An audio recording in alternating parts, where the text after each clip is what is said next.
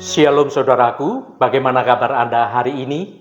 Kembali kita bertemu pada kesempatan ini dan saya senantiasa bersuka cita ketika saudara terus memiliki suatu kerinduan untuk mencari akan hadirat Tuhan. Tuhan menghendaki apapun kondisi kita saat ini, supaya kita terus bersuka cita, supaya kita terus berpengharapan hanya pada Tuhan saja. Saudaraku, seringkali hidup ini terasa begitu rumit karena kita salah dalam mengatur urutan prioritasnya. Padahal ada suatu protokol iman yang sungguh sangat sederhana, yaitu letakkanlah dahulu kepentingan yang utama, yaitu untuk Tuhan, sebagai prioritas utama di atas segalanya. Saat Tuhan bertahta pada posisi yang pertama, maka secara otomatis seluruh aspek kehidupan kita akan menjadi tertata dengan rapi dan juga diberkati oleh Tuhan. Renungan hari ini saya Cornelius Nugroho dari channel Berkat Baru akan menyampaikan renungan dengan judul Urutan Prioritas yang Menentukan Berkat. Namun, sebelum kita mendengarkan renungan ini, mari kita awali dengan berdoa terlebih dahulu. Bapa di surga yang penuh kasih, terima kasih atas kesempatan untuk dapat merenungkan kebenaran firman-Mu saat ini. Kami menyadari bahwa hidup yang diberkati memiliki suatu protokol yang jelas. Ajarlah kami untuk selalu meletakkan Engkau di posisi pertama di atas segalanya. Kami percaya saat Tuhan menjadi prioritas yang utama, maka urusan keluarga, soal pekerjaan, dan juga beban hidup kami lainnya akan tertata rapi pada tempatnya secara otomatis. Biarlah Roh Kudus menuntun hati kami. Terima kasih Tuhan. Dalam nama Tuhan Yesus Kristus kami naikkan doa ini ke hadirat Engkau. Haleluya, amin. Saudaraku yang terkasih, pernahkah Anda merasa seolah-olah kita ini sedang berlari dengan kencang, namun tidak kunjung juga sampai pada tujuannya? Atau mungkin Anda sudah merasa sudah bekerja dengan sangat keras, bekerja dengan sungguh-sungguh, membanting tulang dari pagi bahkan hingga malam. Namun hati kita tetap merasa hampa dan seolah-olah urusan hidup itu semakin terasa tidak teratur bahkan menjadi berantakan.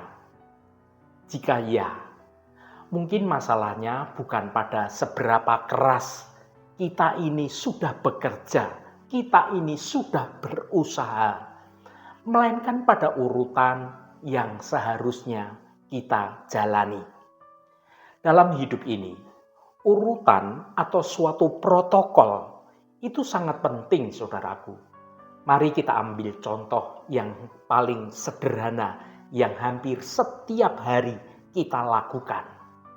Misalnya dalam hal memakai kemeja. Jika Anda salah memasukkan kancing pertama pada lubang yang salah, maka sesudah itu semua urutan kancing yang di bawahnya akan menjadi ikut salah juga. Tidak peduli seberapa rapi Anda mencoba untuk merapikan kemejanya, namun kemeja itu akan terlihat miring karena ada satu kancing paling atas yang tidak tepat pada lubangnya, yang tidak sesuai dengan urutan lubangnya. Maka satu-satunya cara untuk memperbaikinya bukan dengan menarik-narik kain baju kita, melainkan dengan membuka semua kancingnya dan kemudian kita memulainya kembali dengan urutan yang tepat. Kancing pertama pada lubang yang pertama. Demikian juga dengan kehidupan kita sebagai anak-anak Tuhan. Tuhan telah menetapkan sebuah protokol kerajaan yang sangat jelas. Protokol itu tertulis di dalam Matius pasal 6 ayat 33. Tetapi carilah dahulu kerajaan Allah dan kebenarannya, maka semuanya itu akan ditambahkan kepadamu. Saudaraku, dunia seringkali mengajarkan kita suatu urutan yang terbalik. Dunia berkata, carilah dahulu uang sebanyak-banyaknya, carilah dahulu kedudukan setinggi mungkin, amankan dahulu masa depan anak-anak Anda. Barulah kalau ada waktu yang sisa, carilah Tuhan. Itulah kata hikmat dunia. Kita ini seringkali terjebak di dalam suatu pemikiran bahwa kita harus membereskan hidup dahulu, baru kita sungguh-sungguh bisa datang menghadap kepada Tuhan. Namun firman Tuhan memberikan suatu urutan yang sungguh sangat berbeda dengan logika manusia dunia. Frasa yang berkata, tetapi carilah dahulu kerajaan Allah dan kebenarannya.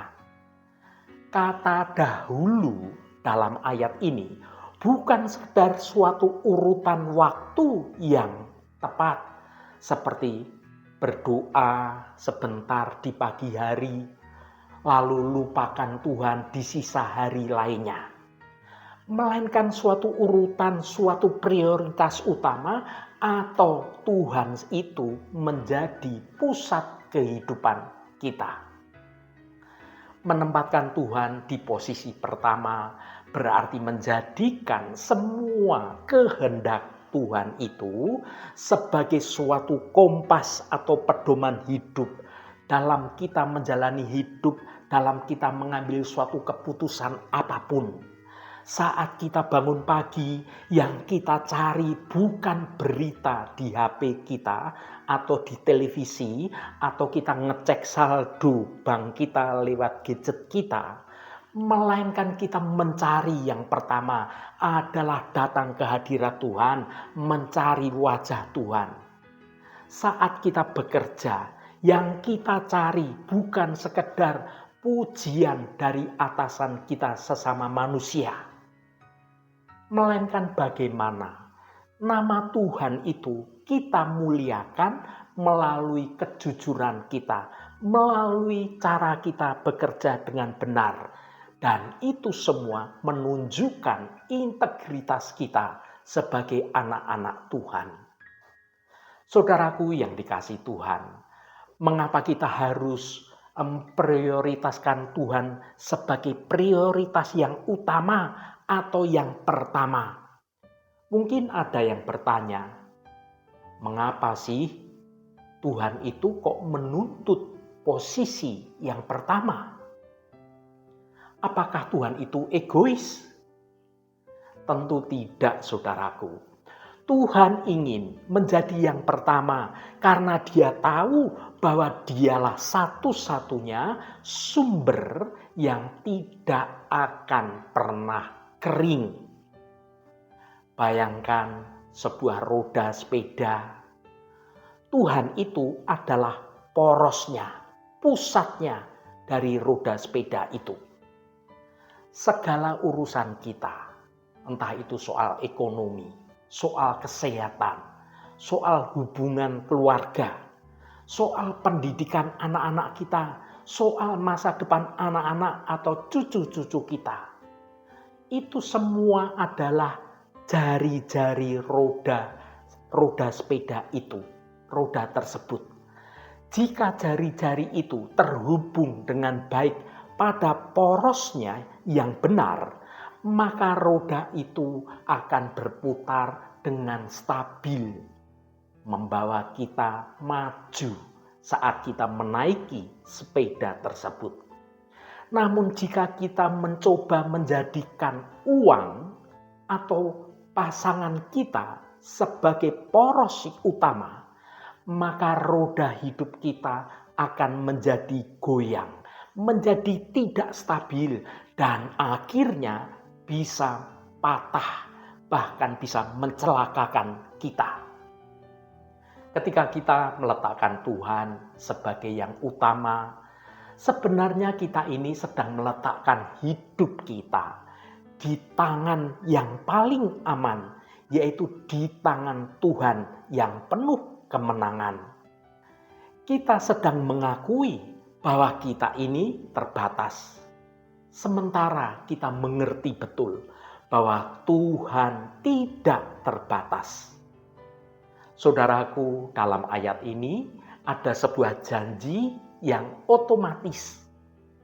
Bagian yang paling menarik dari Matius pasal 6 ayat 33 adalah frasa yang berkata, maka semuanya itu akan ditambahkan kepadamu. Perhatikan kata ditambahkan.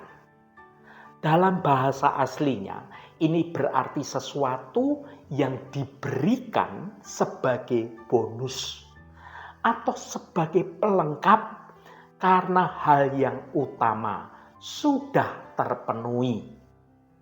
Tuhan tidak mengatakan bahwa Tuhan tidak berkata mungkin akan ditambahkan. Tidak, saudaraku. Tetapi Tuhan berkata akan ditambahkan. Ini adalah sebuah kepastian hukum rohani. Banyak dari kita yang menghabiskan 90% energi kita untuk mengejar sesuatu hal yang ditambahkan. Itu bisa berupa makanan, pakaian, rumah, biaya sekolah anak-anak, atau juga segala kebutuhan, bahkan pengakuan dari orang lain kepada diri kita. Kita mengejar segala tambahan itu sampai beberapa orang mengalami stres, sampai beberapa orang mengalami sakit-sakitan, dan kita kehilangan waktu untuk keluarga kita. Padahal Tuhan berkata, urus dulu bagianku. Ini bicara tentang kerajaan surga, tentang kerajaan Tuhan. Maka aku akan mengurus bagianmu. Ini bicara tentang kebutuhanmu. Itulah yang Tuhan mau atas hidup kita. Ini adalah rahasia hidup yang tenang di usia-usia 30 tahun ke atas, bahkan 70 tahun lebih. Semua itu harus tahu bagaimana Tuhan menginginkan kita hidup dengan prioritas yang benar. Di usia produktif dan usia yang sudah memasuki usia emas, kita ini seringkali khawatir tentang masa depan. Baik masa depan kita, tentang pensiun kita, tentang anak-anak kita, tentang cucu kita.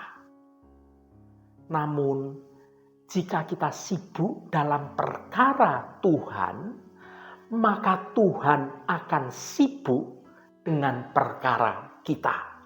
Saat kita memprioritaskan ketaatan, maka berkat-berkat dari Tuhan itu akan jatuh pada tempatnya secara otomatis.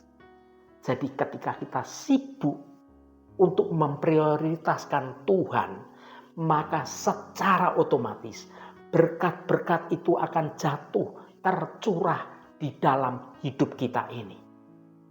Saudaraku, lantas bagaimana mempraktekkan urutan ini dalam keseharian hidup kita di zaman sekarang ini? Mari kita bicara secara praktis. Bagaimana orang tua, bagaimana soal pekerjaan, atau soal kakek nenek mempraktekkan, carilah dahulu kerajaan Allah di tengah segala hiruk pikuk urusan dunia ini. Yang pertama, dalam pikiran, ini tentang kekhawatiran versus tentang iman kita. Seringkali di malam hari kita menjadi sulit tidur karena kita memikirkan berbagai macam cicilan atau berbagai masalah tentang anak kita atau cucu kita atau masalah-masalah dunia ini. Maka mencari kerajaan Allah berarti kita ini berkata, Tuhan, aku sudah melakukan bagianku hari ini. Sekarang aku serahkan segala sisanya pada Engkau, karena Engkau adalah Rajaku. Kedamaian hati adalah berkat yang pertama yang jatuh pada tempatnya ketika urutan kita benar. Yang kedua, dalam penggunaan waktu. Bukan berarti kita harus di gereja 24 jam.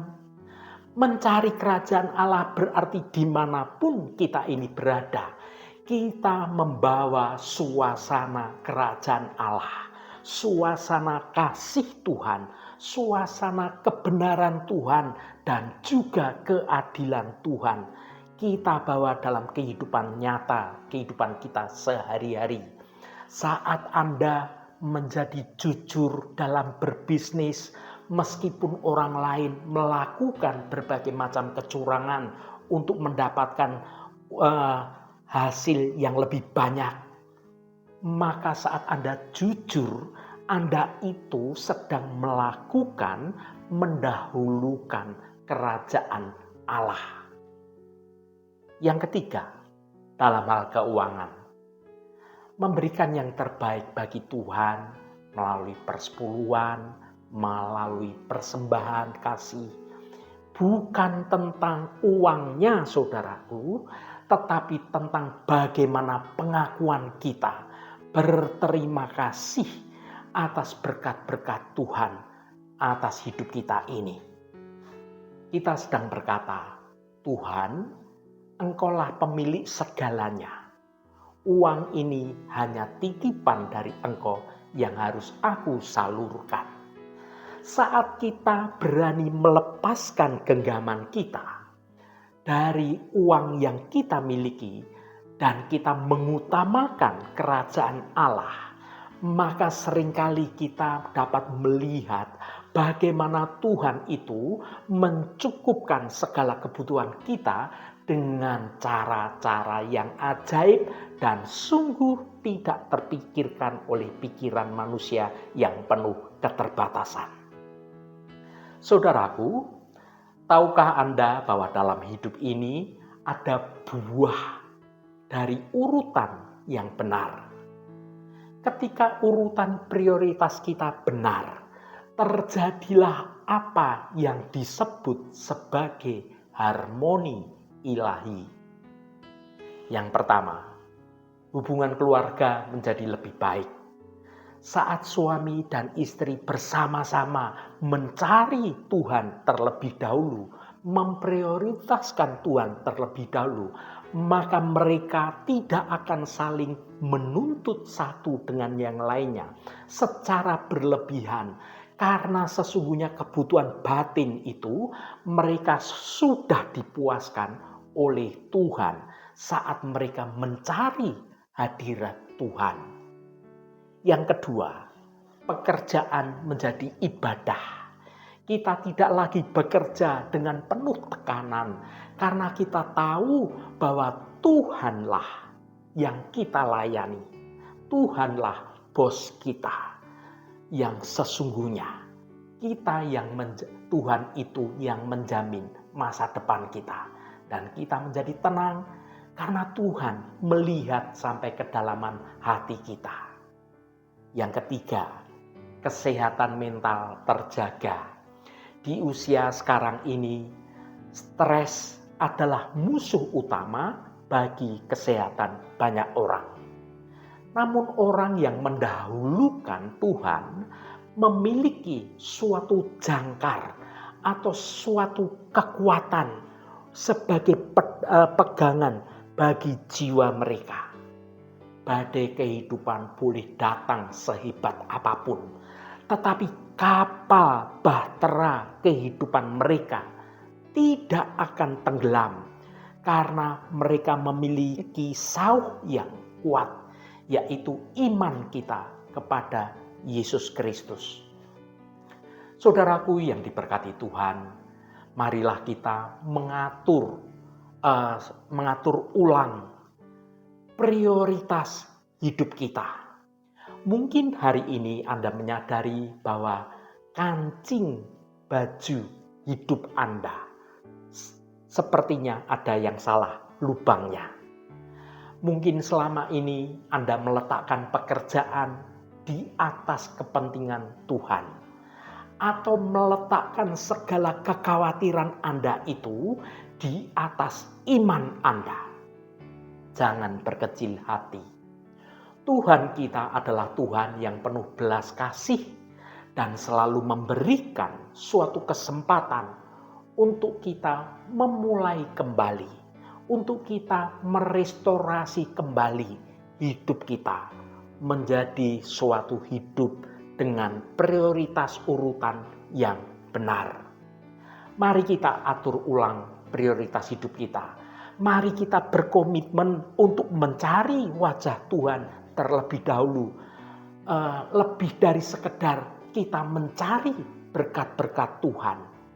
Sebab ketika kita memiliki Sang Raja, yaitu Tuhan kita, maka seluruh kekayaan kerajaan Tuhan itu akan menjadi milik kita juga. Ingatlah selalu saudaraku, urusan Tuhan adalah prioritas kita. Dan urusan kita adalah tanggung jawab Tuhan. Tuhan Yesus tidak akan pernah ingkar janji.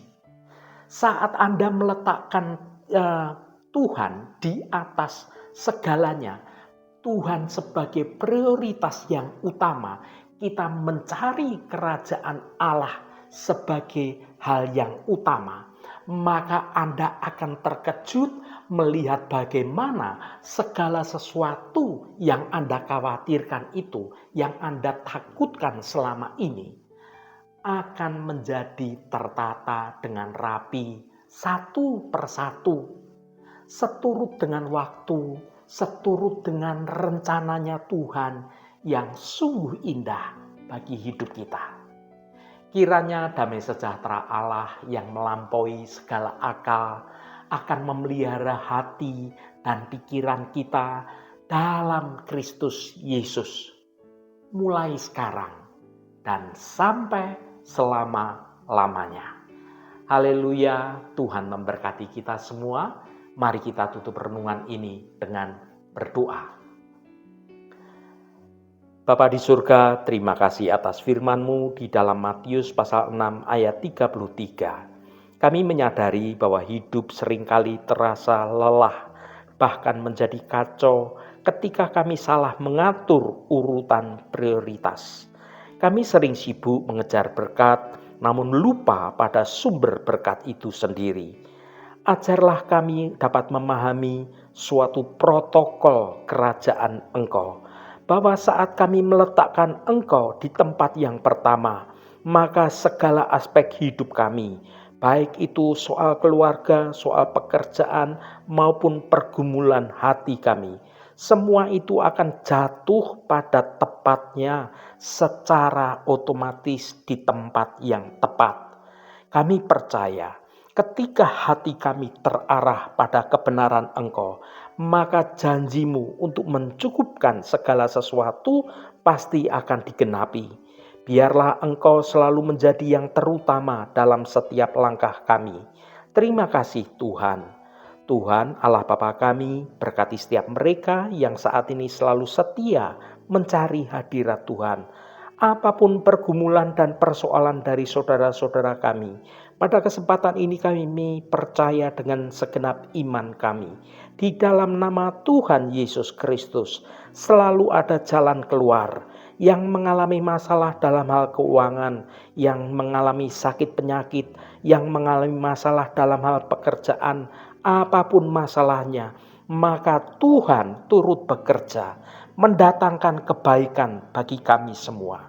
Berkati mereka yang sekolah, yang kuliah, yang bekerja, dan yang berdagang, dan yang melakukan usaha-usaha lainnya. Dimanapun mereka berada, Tuhan akan berkati, dan Tuhan jadikan mereka berhasil. Bagi mereka yang sedang terbaring sakit, Engkau akan menjamah dan memberi kesembuhan dalam nama Tuhan Yesus Kristus. Berkati mereka yang hari ini berulang tahun Tuhan. Engkau tambahkan 1 tahun lagi. Terima kasih buat anugerah-Mu, buat segala kebaikan Engkau, umur panjang di tangan kanan dan kekayaan serta hormat di tangan kiri. Berkat Tuhan mengalir bagi setiap mereka yang hari ini berulang tahun. Terima kasih Tuhan. Segala hormat, pujian, dan ucapan syukur hanya bagi Engkau Allah yang kudus. Saudaraku, mari kita berdoa Bapa kami. Bapa kami yang di surga, dikuduskanlah namamu, datanglah kerajaanmu, jadilah kehendak-Mu di bumi seperti di surga. Berikanlah kami pada hari ini makanan kami yang secukupnya, dan ampunilah kami akan kesalahan kami, seperti kami juga mengampuni orang yang bersalah kepada kami. Dan janganlah membawa kami ke dalam pencobaan, tetapi lepaskanlah kami daripada yang jahat. Karena Engkaulah yang empunya kerajaan dan kuasa dan kemuliaan sampai selama-lamanya. Amin. Saudaraku, bukalah hatimu dan tengadahkan tanganmu. Terimalah berkat Tuhan. Tuhan memberkati engkau dan melindungi engkau. Tuhan menyinari engkau dengan wajah-Nya dan memberikan kasih karunia. Tuhan menghadapkan wajah-Nya kepadamu dan memberikan damai sejahtera. Berkat anugerah dari Bapa Surgawi, cinta kasih karunia dari Tuhan Yesus Kristus, dalam persekutuan dan penghiburan Roh Kudus, menyertai kita semua sekarang ini dan sampai selama-lamanya. Dalam berkat Tuhan Yesus Kristus, haleluya, amin. Puji Tuhan, saudaraku semua, saya percaya melalui kebenaran firman Tuhan yang sudah kita dengar bersama-sama, maka semua itu akan menjadi berkat bagi kehidupan kita semua. Saudaraku, saya sangat senang sekali dan berterima kasih jika Anda berkenan memberikan komentar pada konten video ini dan bagikan renungan ini pada teman dan sahabat Anda, agar mereka diberkati juga melalui video atau konten yang Anda bagikan itu. Terima kasih saudaraku, sampai bertemu kembali. Shalom, Tuhan memberkati.